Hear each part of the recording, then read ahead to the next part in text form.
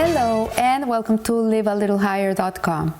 This week we begin a new book of the Torah, the second book of the 5 books of Moses. The name of the book is called Shemot, which means numbers, and it begins enumerating the progeny of Yaakov Avinu.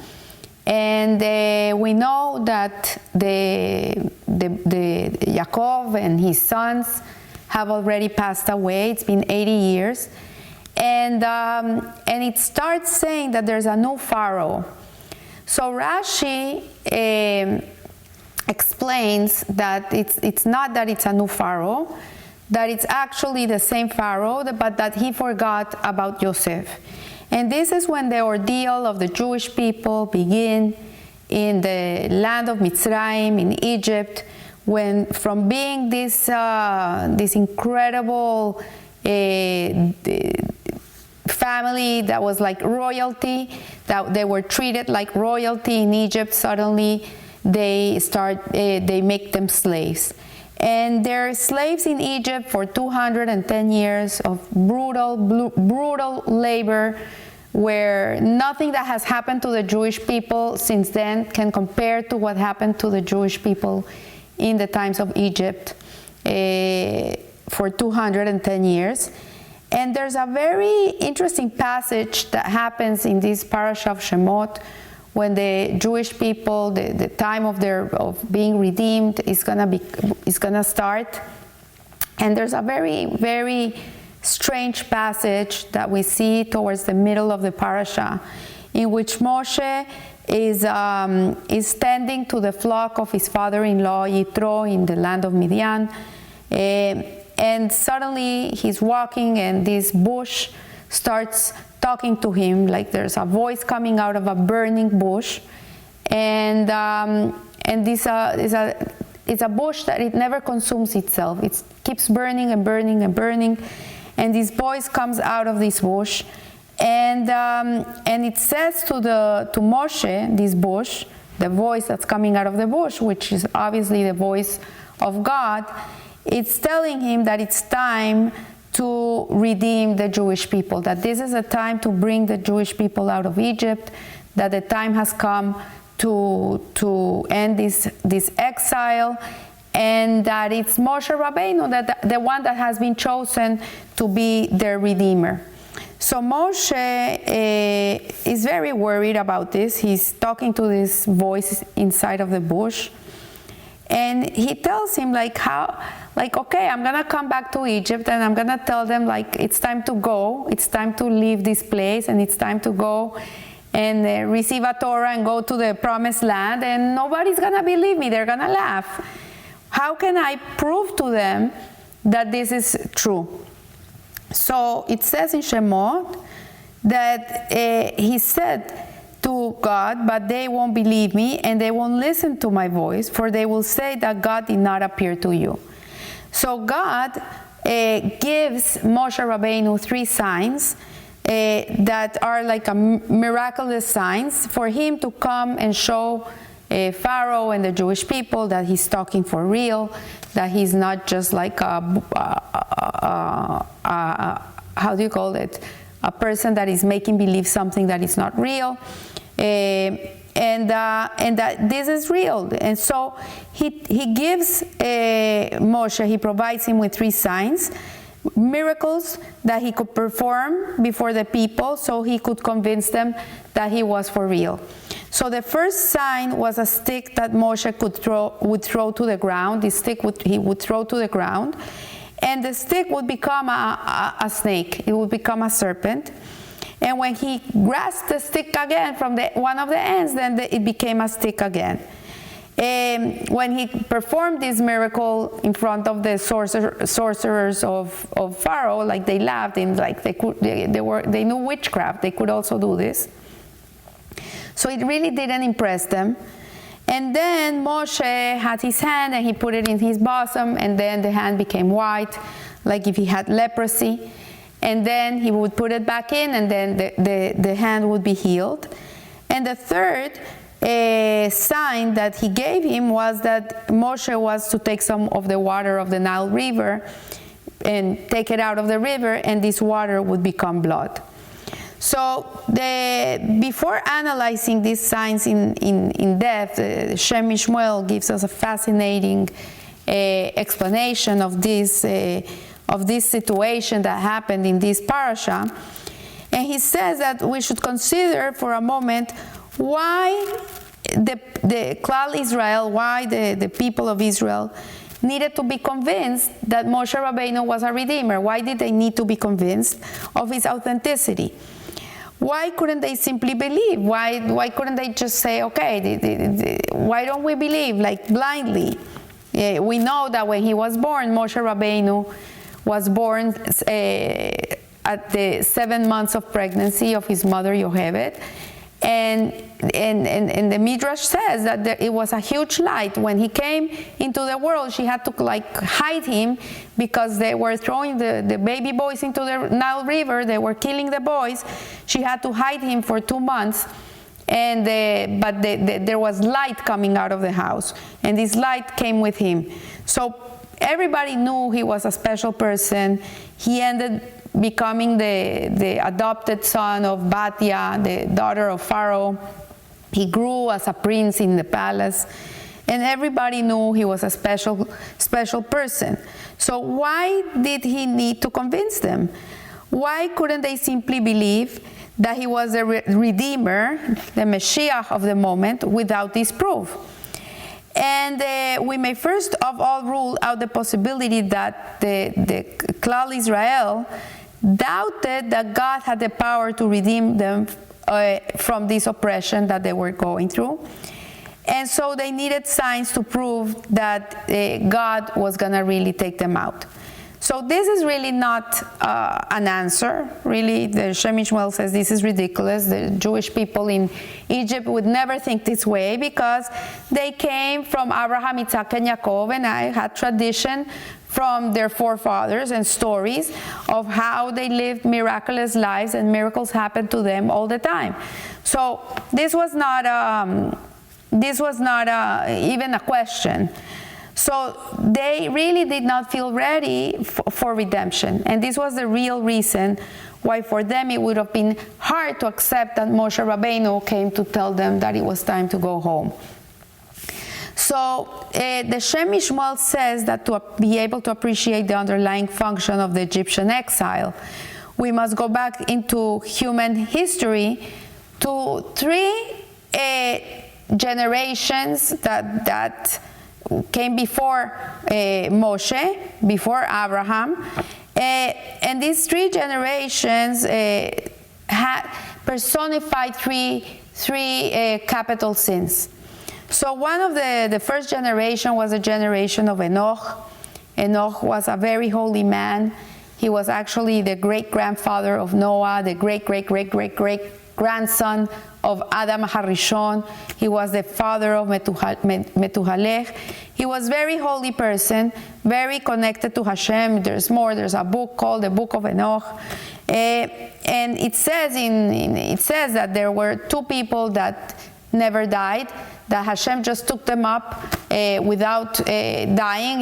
He was one of them, and the other one was the prophet Elijah. So we have this generation of Enoch. We have the generation of the Mabul, of the flood, of the universal flood, and we have the generation of the Tower of Babel. And each one of these generations had a spiritual function to fulfill, something that they had to tikkun, they had to perfect. And they were each given a specific proclivity for one of the cardinal sins, which they were to overcome, and by doing this, they would have perfected the world. So in the days of Enoch, the sin that was rampant in the moment, this was the ideology of the time. It was idolatry. And this is the generation in which idolatry was invented. The Torah tells us about Enoch that, and the Rambam explains that it was in the lifetime of Enoch that people assumed that since God had appointed the heavenly spheres, the sun and the moon and the stars and the planets, to control the world, it was appropriate to worship them. And so they prayed to these deities. They prayed to the moon, they prayed to the sun, they prayed to the stars, they prayed to the galaxy, they prayed to the universe. And this is actually idol worship, because idol worship is to give strength or force to something that is not God. So if you believe that your success depends on your abilities, this is idol worship. Your success doesn't depend on your abilities. It doesn't depend on your luck. It does not depend on the moment. It depends on Hashem. Only Hashem decides if you're going to be successful or not. So this was the beginning of idolatry, was in this generation, and they had the ability to perfect that cardinal sin in that generation. So from then onward, this sin of idolatry, which was not used, was not perfected, and the people of that generation, if they would have perfected this sin, they would have become an incredible generation. They had incredible potentials of goodness, but they lost the moment, they lost the opportunities. Instead, they used them to introduce idolatry. And then we have the generation of the flood, where the sin of that generation, let's say the ideology of the generation, was sexual immorality. And the Torah tells us the reason for this destruction of the world. And in Bereshit, it says the world was corrupt before God. They became corrupted. Corrupt, when the Torah uses this word corrupt, it really is meaning, the meaning is sexual immorality and idolatry. It's both. And the great evil instigated by this generation was the misbehavior in sexual relationships. And again, they had a particular proclivity for this sin. This was let's call it the test of the times, the challenge. But at the same time, if they would have been able to overcome it, they had immense potential for good. And finally, the builders of the Tower of Babel, which we read after Noah, after the flood, and Noah, they start building cities. And this new generation that came after the flood, they start building this tower. It's a huge tower that is trying to reach up to heaven, because they want to wage a war with God. And God doesn't destroy this generation.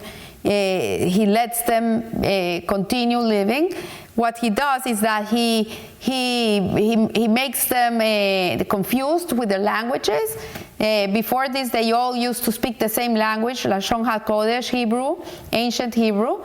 And now, when they're building this Tower of Babel, which really personifies the sin of murder, of the three cardinal sins, it's the sin of murder, and I'm going to explain why. Hashem messes their language, and they can't understand each other, and so the whole project fails. So what was the problem with these people is that they gave importance to the unimportant. For example, if they were building, someone was bringing the bricks up to build the tower, and a person fell, nobody cared. A person fell off the tower, nobody even looked, nobody cared. But if a brick fell off the tower, it was like a tragedy. So we see that this is murder, actually, because they didn't take importance. They didn't make for them it was not importance human life. And so this was also an ideology. So these three special generations failed to cleanse the world from the three cardinal sins: idolatry, sexual immorality, and murder. And instead, they introducing and consolidating them. The consequence of the Tower of Babel's incident was that the world was divided into different nations, and from here comes the 70 nations, the 7 original nations, and the forerunner of the Jewish people was Abraham Avinu. So from Abraham Avinu, we start seeing like a correction of these sins.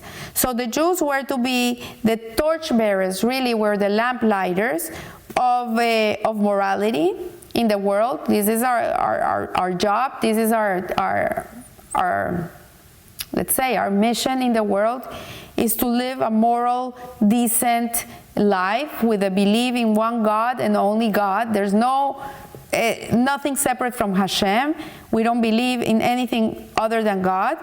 And we take very much care of our intimate relationships in our lives, and also we sanctify life. The Jewish people love life. We love life. We are willing to do everything for a person to live. So this is so he continues saying here that as such the 70 progeny of Jacob and their descendants had to go into exile in Egypt to rectify these 3 cardinal sins before they could become the nation of God. So Egypt, we know Egypt was the most debased society. They were so corrupt. They had these 3 sins in their society. This was their ideology. They were idol worshippers. They were completely promiscuous, and they also didn't care about life. They didn't care about life, and so the Jewish people were exiled into this society in order to elevate the place and be able to redeem it. So they had to undergo a series of oppressive decrees to wipe out even the slightest trace of these sins left in their collective unconsciousness by the 3 earlier generations. And at the time that Moshe came to tell them that they were ready to leave, like they're taking us home, it had passed 210 years, less than 210 years. And when God appeared to Abraham, he said, come out and see the stars, and he gave him a blessing that his progeny was going to be more numerous than the stars. He said to Abraham that the Jewish people will be in exile for 400 years. So there's a discrepancy here in time. Like there were only 210 years only from the 400 years that was told to Abraham that they would be in exile. Actually, it was 210 years. Where did the 190 other years went? So this is why Moshe thought that Klal Israel would not believe that he was a redeemer, like that the time had come to leave. It was because of this prophecy.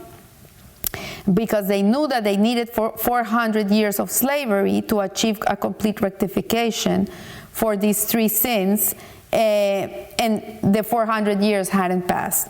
So in truth, the time had not yet arrived, for indeed the rectification was not complete yet. But there was another consideration that made God take them out of time, before the time, because the Jewish people at that time, they had fallen into the 49th level of tumah, of impurity. One more level and they would be a lost case. The Jewish people would have been lost forever. And it says in the prophecies of Mashiach, when Mashiach comes, it's either gonna be because we're ready for him, we're ready, we rectified, and we are refined people, and we have brought the world to a place of godly conscience, and so Mashiach will come, or we're so down, we're in such a deep pit of Tuma, that then God has to take us out, because if not, we're going to be lost. So either way, it's going to happen. So here, because this first exile is really if you look at it, it has a parallel with our exile. So we see here that God chose to redeem them in this moment, although 109 years hadn't passed for the 400, but he felt, Hashem said, if I don't take them out now, then they're going to be lost. The Jewish people, there were only 3 things that still gave them sechut, gave them merit. It was that they kept their Jewish names, they dressed in a Jewish way, and they spoke the Lashon HaKodesh, they spoke Hebrew. And this was the 3 merits that they had that allowed them to be redeemed. So we now appreciate why Moshe feared rejection from the people of Israel. God thus gave him these 3 signs to perform them before them, and each one of these signs personified one of these sins. So the stick turning into a snake, into a serpent, pointed to idolatry. It was the snake in the Garden of Eden who first introduced the rebellion against God. Because when Adam and Eve decided to eat from that tree, they wanted to be like gods. They wanted to know. That's why that tree is called the tree of knowledge, of good and evil, because they wanted to be like God. Then the leper's hand corresponds to the immorality. And we can see this from a punishment promised to immoral women in Yeshayahu. It says, because the daughters of Zion are proud and walk with outstretched necks and fluttering eyes, walking and floating as they go, and with their feet they spit poison, and God will strike with leprosy the crown of the heads of the daughters of Zion. Because yes, immorality is a very grave sin. It's better to die than to do it. And finally, the blood that corresponds to the sin of murder. Thus, when Moshe performed these miracles, the nation knew that he understood their concern that the rectification of the 3 cardinal sins was incomplete, and that God would redeem them nevertheless. So the Jewish people said, okay, we're not ready to go because we haven't finished the job. So Moshe, by showing them these 3 miracles, it was like, okay, it's true, but don't worry, Hashem has your back. He's going to take you out. And so there is, if we look closely, a slight difference between the miracle of the blood and those of the serpent and the leprosy. We mentioned that after the stick was transformed into a serpent, Moshe turned it back into a stick. So he was able to revert. The same way when the hand became with saras, with leprosy, he again put it inside his chest, and when he took it out, again the hand was healthy. So, but with the blood, when Moshe poured some water onto the ground, that blood remained blood. He couldn't change it back into water, and that's when the sorcerers said, okay, this is really, he's doing miracles. He's not doing witchcraft. And we may suggest that the return of a miracle to its original state conveys a great meaning in our context. While there was a problem in the particular subject, it has been rectified, restored to its correct state. So the serpent and leprosy miracles, which symbolize the sin of idolatry and sexual immorality, indicated that the Jewish people had already rectified these 2 sins. They were able to rectify. But concerning the blood, Rashi tells us, Egypt worshipped the Nile, so he smote first their god, and then they themselves. Blood is the connecting force between the physical and the spiritual, between life and death. Indeed, murder is called bloodshed. It's like throwing away blood. And through spilling the blood, the connection between the soul and the body is severed, resulting in death. Once blood is spilled, it cannot be rectified. Once a person dies, he dies. Like he can't come back. The sin of murder is like, okay, the person that murdered, he can do teshuvah, he can pay his dues, everything. He'll be forgiven, everything. But the sin cannot be corrected. So we cannot bring the dead back to life. And this explains why the blood that Moshe poured on the ground did not revert to the water of the miracle, and the miracle was over. The blood that had been spilled and would still be spilled in the downfall of Egypt could not be undone. So what it means is that the evil of Egypt, the evil that they did to the Jewish people, they killed babies. Like when Pharaoh had saras, he had leprosy. He used to kill the babies and use their blood to put as a remedy in his saras, in his leprosy, to cure his skin. And that life that was lost. Like he could never redeem that. So this is the explanation, very mystical and very profound explanation of how Moshe Rabbeinu convinced the Jewish people that it was time to leave Egypt, because this had to come from God. So I want to wish you a blessed week, that we should hear good news. We're all waiting for good news, and that we should be redeemed soon, today, in our lifetime, that we should see the hand of God everywhere, and we could go back home. So I wish you a blessed week, and remember, live a little higher. Thank you.